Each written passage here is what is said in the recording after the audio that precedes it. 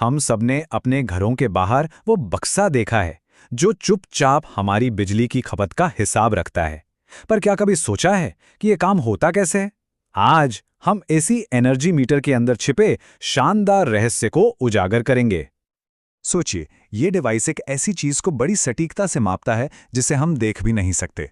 बिजली, ये हमारे रोजमर्रा के जीवन का एक हिस्सा है, फिर भी इसके अंदर की कार्यप्रणाली ज्यादातर लोगों के लिए एक पहेली ही बनी हुई है। तो यही हमारा आज का बड़ा सवाल है। आखिर इस साधारण से दिखने वाले बक्से के अंदर ऐसा क्या है जो इसे इतनी सटीकता से अदृश्य ऊर्जा को मापने में सक्षम बनाता है? चलिए इस रहस्य की तह तक चलते हैं। अच्छा, जब हम इस बक्से को खोलते हैं तो हमें कोई जटिल कंप्यूटर चिप या डिजिटल स्क्रीन नहीं मिलती।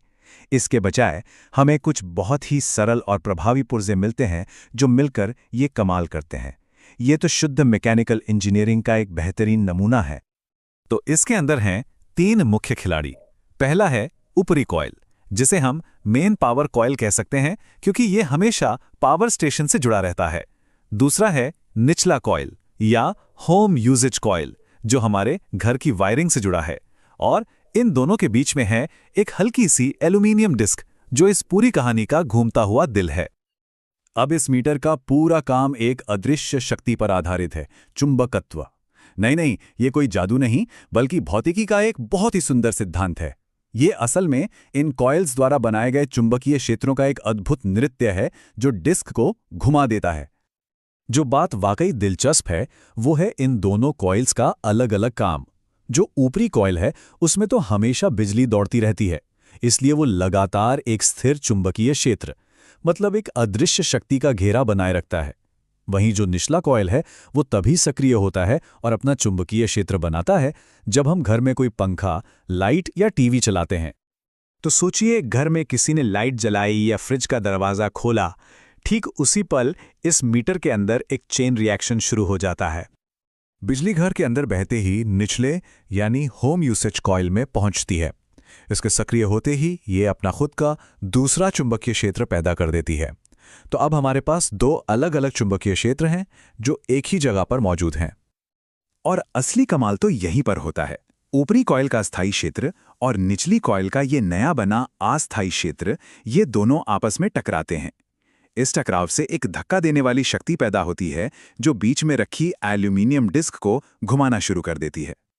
ठीक है, तो डिस्क घूम रही है, ये तो समझ आ गया। लेकिन इस घूमने से बिजली का बिल कैसे बनता है? चलिए आगे बढ़ते हैं और देखते हैं कि ये घूमने की गति असल माप में कैसे बदलती है। इसका सिद्धांत बहुत ही सीधा और सरल है। डिस्क जितनी बार घूमती है वो सीधे तौर पर इस्तेमाल हुई बिजली की मात्रा को दर्शाती है। कोई जटिल कैलकुलेशन नहीं, बस चक्करों की सीधी गिनती। इसे ऐसे समझ सकते हैं, अगर घर में एसी और गीजर जैसे ज्यादा उपकरण चल रहे हैं तो निचले कॉइल में ज्यादा करंट बहेगा, चुंबकीय क्षेत्र ज्यादा मजबूत होगा और डिस्क उतनी ही तेजी से घूमेगी।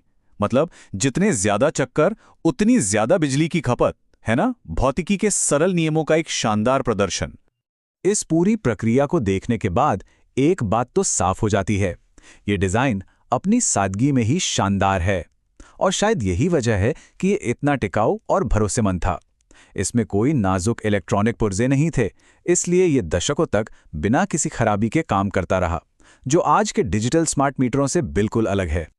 स्रोत खुद इसे सरल और कुशल कहता है, और ये वाकई इस तकनीक का सबसे सटीक वर्णन है। यह हमें याद दिलाता है कि कभी-कभी सबसे प्रभावी समाधान सबसे सरल ही होते हैं। तो अगली बार जब उस एनर्जी मीटर को देखें तो याद रखें कि उसके अंदर भौतिकी का एक छोटा सा नृत्य चल रहा है।